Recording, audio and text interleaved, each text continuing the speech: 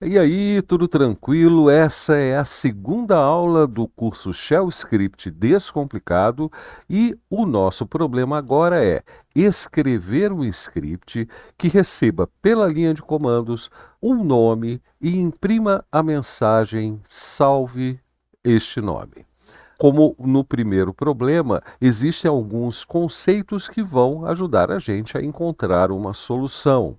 E nós vamos ver exatamente quais são esses conceitos nessa aula e também vamos tentar melhorar um pouquinho o uso dos nossos scripts, removendo aquela necessidade de informar o caminho do arquivo do script. Por incrível que pareça, tanto a solução do nosso programa quanto a melhoria que nós queremos fazer passam pelos mesmos conceitos. Então vamos lá rapidinho, porque tem muita coisa nova para a gente descobrir nessa aula 2. Muito bem. Isso aqui que a gente está vendo é a anatomia da linha de um comando. Para ser mais exato, essa aqui é a anatomia de um comando simples, que em termos de linhas de comandos é a sua unidade básica. Todo comando simples pode ser composto por um ou mais desses elementos que nós estamos vendo: exportações, uma invocação, argumentos e redirecionamentos.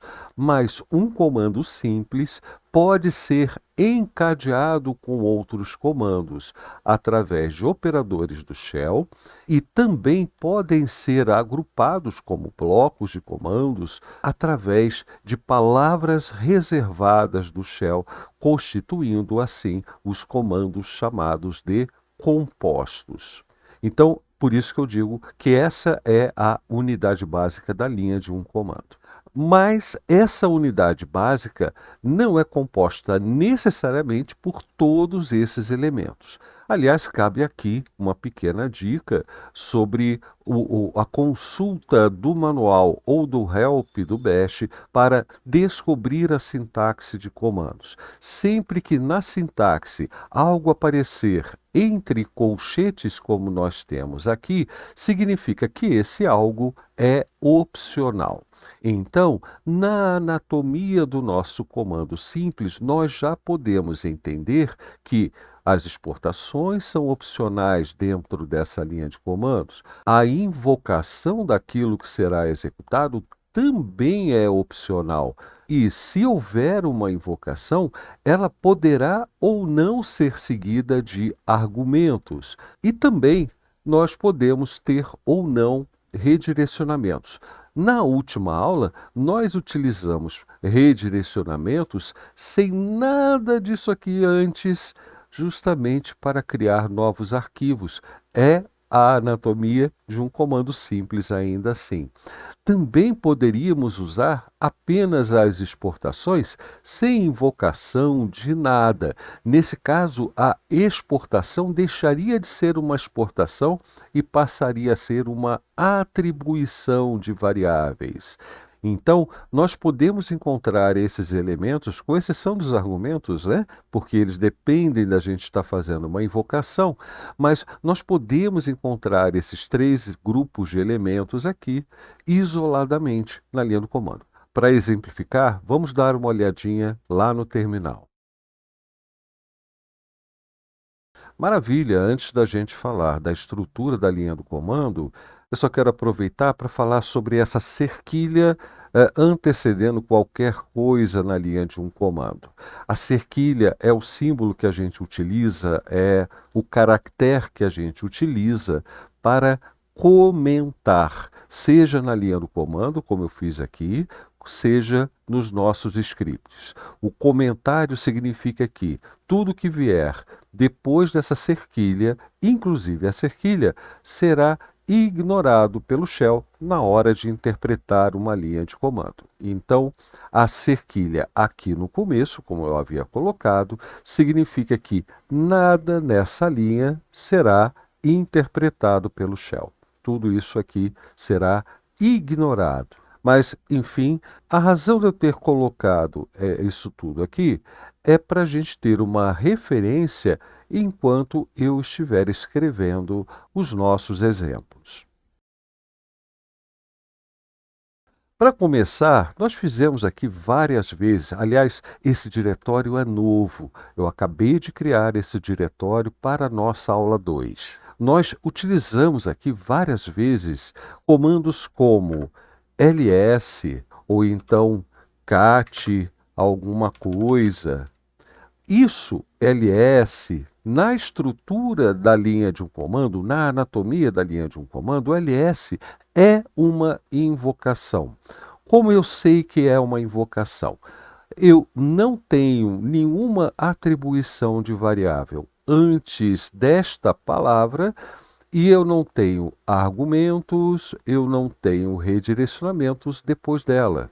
Então, ls, essa única palavra existente numa linha de comando, sempre será interpretada pelo shell como uma invocação. Se eu colocar ls-l, esta segunda palavra será interpretada pelo shell como o argumento de uma invocação. Nesse ponto, o shell ainda não sabe se existe um comando interno, uma função ou um programa chamado ls. E agora ele sabe que "-l" será, seja lá o que for o ls que está sendo invocado, o "-l" será um argumento desse ls. Mas eu poderia fazer algum tipo de exportação de variáveis para o processo que será iniciado para executar aquilo que estiver sendo invocado. Exportação significa passar uma determinada variável para o processo que vai ser iniciado ou para todos os processos que serão iniciados a partir do shell. A diferença de fazer uma exportação na própria linha do comando é que a variável só será exportada para o processo que for iniciado nesta linha. Não afetará os demais processos que virão a ser iniciados. Eu vou mostrar daqui a pouco como funciona essa coisa de exportação, onde esse dado vai parar, mas por enquanto basta a gente imaginar isso. Eu posso fazer uma atribuição aqui, ou, por exemplo, vou escrever nome, vou colocar em maiúsculas, tá? Mas não precisa ser em maiúsculas, igual a 1, 2, 3. Essa minha atribuição de variável, aliás, o shell sabe que isso é uma atribuição de variável porque esta palavra é composta de um identificador válido para variáveis, que basicamente é letras maiúsculas e minúsculas da língua inglesa, portanto sem acentuação, sem cedilha. Poderia ter um sublinhado, caractere sublinhado em qualquer posição, e poderia ter números, mas os números nunca poderiam ser os primeiros caracteres desse identificador. Então, o shell, voltando ao ponto, né? O shell sabe que essa palavra inteira aqui é uma atribuição de variável porque é composta por um identificador válido para variáveis, o sinal de igual, o caractere igual, sem separação nenhuma, tá vendo? E uma sequência contínua também de caracteres. Repare que eu estou usando a palavra várias vezes aqui, porque palavra é um conceito muito importante no shell também. Palavra é qualquer sequência de caracteres que não seja interrompida, seja por um espaço, por uma tabulação, por uma quebra de linha ou por qualquer um dos operadores do shell, inclusive operadores de redirecionamentos, que são os que nós conhecemos por enquanto. Então, o shell sabe que essa palavra aqui começa no caractere N e termina no caractere 3, porque logo em seguida nós temos um espaço. Então, isso determinou o fim de uma palavra. Da mesma forma que ó, ls. ls é uma cadeia contínua e aqui ela foi interrompida por um espaço. Então, eu tenho uma segunda palavra nessa linha de comando. Da mesma forma que eu tenho outro espaço e outra cadeia de caracteres. E quando eu teclar Enter aqui, essa cadeia aqui, traço L, será interrompida pela quebra de linha. O caractere quebra de linha ou nova linha é normalmente inserido quando a gente tecla Enter. Enfim, então eu tenho aqui uma atribuição de variável. Essa variável que foi definida aqui antes da minha invocação será passada para o processo daquilo que está sendo invocado. Por exemplo, aqui é o processo para executar o programa ls. Então, o ls vai receber no seu processo essa variável. Da mesma forma, os argumentos do ls também serão passados para o processo que será iniciado para executar o ls. E, se eu quiser ainda, em vez de mandar a saída produzida de volta para o terminal, eu posso redirecionar para um arquivo, por exemplo, para o arquivo teste.txt. Ele não existe, eu acabei de criar esse diretório. Então aqui, ó, vamos teclar Enter e vamos fazer aqui, ó, outro comando simples, cat teste.txt. Veja que o cat aqui não é precedido por nenhuma atribuição de variável e não é sucedido por nenhum redirecionamento. Eu estou simplesmente executando uma invocação seguida de um argumento, que é o nome do arquivo que eu quero que o cat leia e imprima o seu conteúdo no terminal. E aqui está a saída do cat. Confundiu aqui, me deu um sustinho, porque o que eu mandei para teste.txt? A saída do comando ls-l, que se eu repetir aqui, ó, ls-l, será exatamente aquilo que nós vimos. Então, comando simples, invocação, argumentos. Aqui eu poderia ter exportações, poderia ter redirecionamentos, mas isso não é obrigatório, é tudo opcional. Quanto à exportação, faltou falar só um detalhe. Eu criei aqui uma variável nome igual a 1, 2, 3, não faz o menor sentido, porque nome aqui eu quis me referir ao nome da variável e 1, 2, 3 é o valor atribuído a essa variável. Então, nome igual a valor. É assim que a gente se refere à atribuição de variáveis no shell. Nome igual valor. Mas para que o ls fizesse alguma coisa com essa variável que foi exportada para o seu processo, ele teria que estar preparado para trabalhar com esse dado. No caso, a variável nome eu inventei agora, o ls não vai fazer nada com essa informação. Mas o ls pode sim trabalhar com algumas variáveis exportadas para ele, porque ele vai observar algumas dessas variáveis do seu processo e isso pode alterar, inclusive, o seu comportamento. Um exemplo que eu gosto de dar, e eu antes vou limpar aqui o terminal, prontinho. Se eu executar ls com a opção --version, onde --version, obviamente, o que é? É um argumento do ls, que é a invocação nessa linha de comandos. O que essa opção provoca na execução do ls? Faz com que o ls exiba as suas informações de versão e o aviso de copyright. Repara que esse aviso de copyright está em português, porque o meu sistema está configurado para o idioma português brasileiro com o conjunto de caracteres UTF-8. Eu posso listar, inclusive, as diversas variáveis que estão na região que a gente chama de ambiente do processo do shell que está rodando aqui neste momento e que, portanto, será passada também para os processos que forem iniciados no shell, como é o caso do ls, usando um utilitário locale. O utilitário locale lista justamente as variáveis relacionadas à localização. Então, eu tenho aqui várias variáveis e todas elas estão indicando PTBR e UTF-8.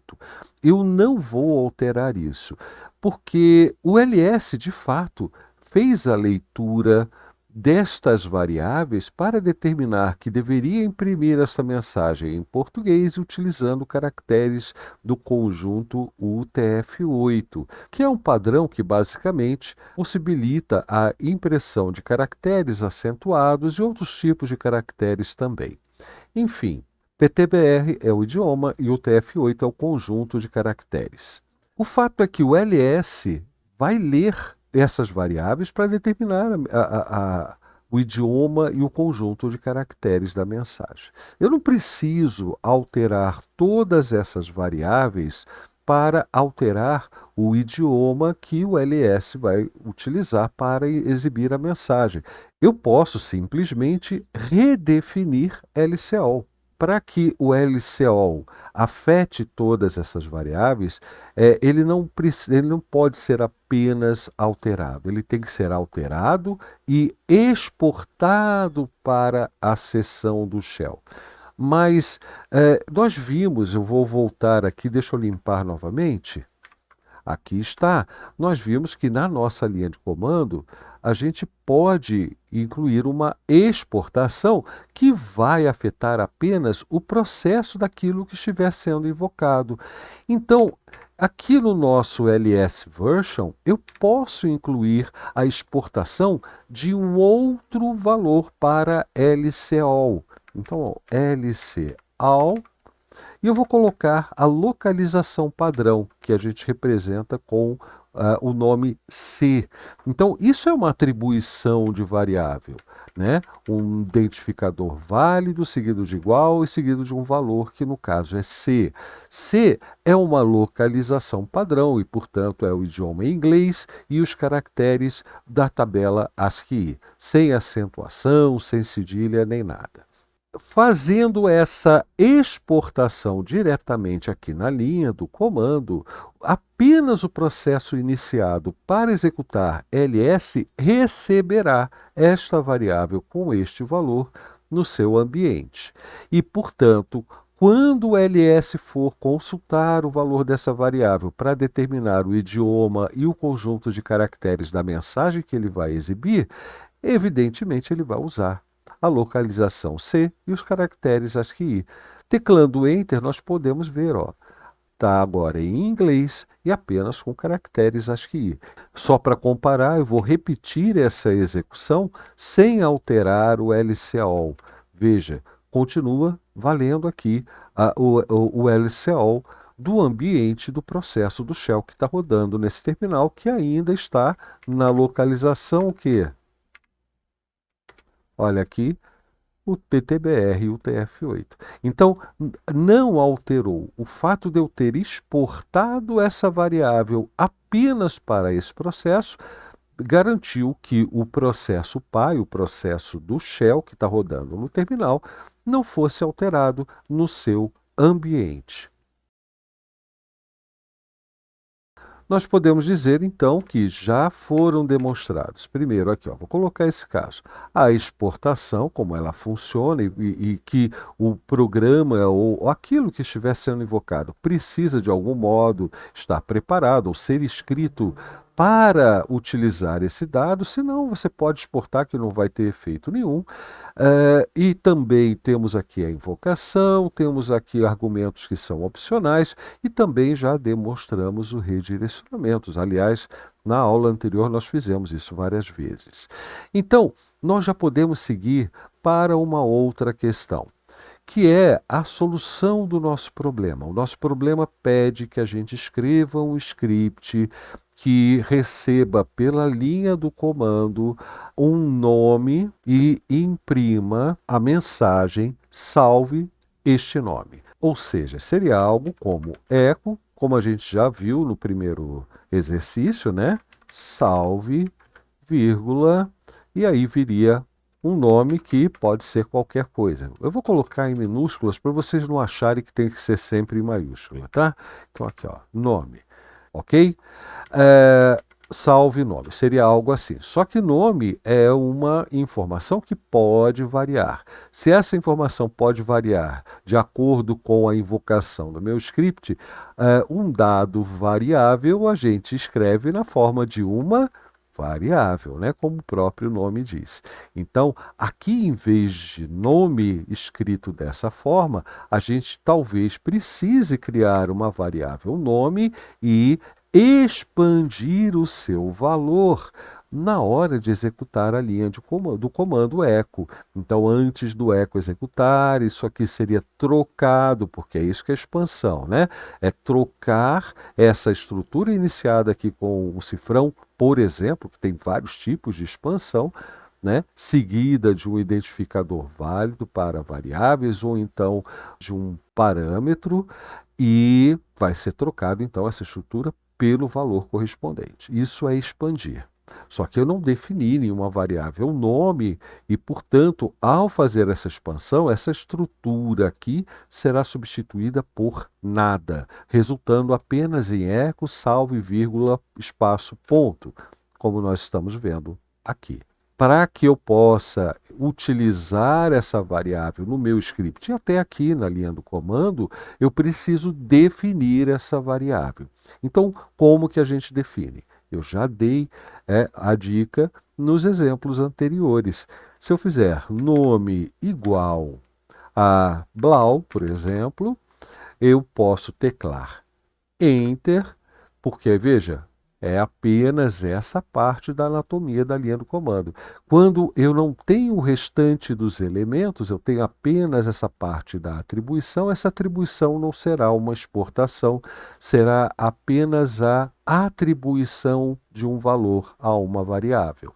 E isso significa que apenas este processo do shell que está em execução aqui no terminal é que poderá acessar, que terá acesso a esse valor, que esse valor não vai existir para outras sessões do shell ou para outros processos iniciados a partir daqui do shell. Mas para o que nós queremos agora, que é apenas fazer com que nome expanda alguma coisa no nosso comando echo, vai servir. Então vamos ver aqui, ó, vamos repetir, porque agora nós definimos nome e temos algo a ser expandido. Teclando Enter, está aqui, salve Blau. O que eu acabei de fazer na linha do comando é o que eu quero que o script faça. Então vamos criar esse script. E vamos criar da forma mais comum, que é utilizando um editor de textos. No caso, já recomendo que vocês aprendam a utilizar o Vim. E o nome do nosso script será nome.sh. Lembrando que .sh é apenas uma cadeia de caracteres aqui para a gente saber que se trata de um script. Isso não é obrigatório. O ponto seguido, o ponto no nome de um arquivo, mesmo aqueles pontos que vêm antes aqui, como eu falei na última aula, né, que o LS e outros gerenciadores de arquivos utilizarão para esconder esse nome, mas para o shell, até esse ponto, ou esse ponto aqui, não significa absolutamente nada. Ele não tem significado especial. É um caractere qualquer no nome de um arquivo. Contudo, ele é utilizado por editores de texto, é utilizado por gerenciadores de arquivos para algumas conveniências, como por exemplo, no caso do Vim, o Vim já será aberto sabendo que o meu script é um script em shell por causa da extensão que eu escrevi aqui, nada mais, é um chute, é um palpite, poderia ser um script em PHP com a terminação .sh que o Vim acharia ainda assim que é um script em shell. E, portanto, é só um palpite, né? Uma adivinhação que o editor faz, assim como seria uma adivinhação que aqueles gerenciadores de arquivos gráficos fariam num primeiro momento para determinar que tipo de ícone utilizar na exibição, né, de uma lista de arquivos. Mas é só isso mesmo, é chute, não é nada relevante e não tem significado para o shell essa coisa de extensão. Não existe sequer o conceito de extensão no GNU Linux. Enfim, isso foi só um lembrete. Voltando aqui, executando o Vim, eu já estou criando o arquivo nome sh e ao mesmo tempo abrindo para começar a edição. Teclei I para iniciar a inserção de texto, né, que é assim que a gente faz no Vim, e eu vou escrever a minha hashbang, /bin, /bash, muito bem. Nós já vimos que o script executará salve e que vai precisar de uma variável, que vai ser a variável nome. Aqui eu posso colocar exclamação. Mais para frente eu explico a questão das aspas, ok? Mas eu já falei que de aspas a aspas a gente tem um argumento só. É tudo uma palavra só. Por que que é uma palavra só? Lembra que eu falei dos espaços, tabulações, etc? Aspas, aspas simples, aspas duplas, a barra invertida, por exemplo, também, né, são utilizados no shell para remover o significado especial de certos caracteres que o shell utiliza para compor operadores e separadores de palavras. No caso, o espaço é usado para separar palavras, né? É um metacaractere e aqui, sem aspas, ele tem essa função, mas entre aspas ou antecedido por uma barra invertida, ele perde esse valor especial e passa a ser apenas o caractere literal, espaço, parte de uma palavra. Então, de aspas a aspas, nós ainda temos uma palavra e, portanto, eu estou invocando, olha só, invocação eco, seguida do seu argumento, que é tudo que está entre as aspas.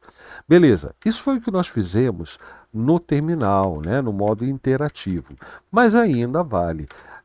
Eu vou executar o meu script, então vou salvar, né, WQ para sair dele, maravilha. O que eu preciso fazer para tornar esse script executável?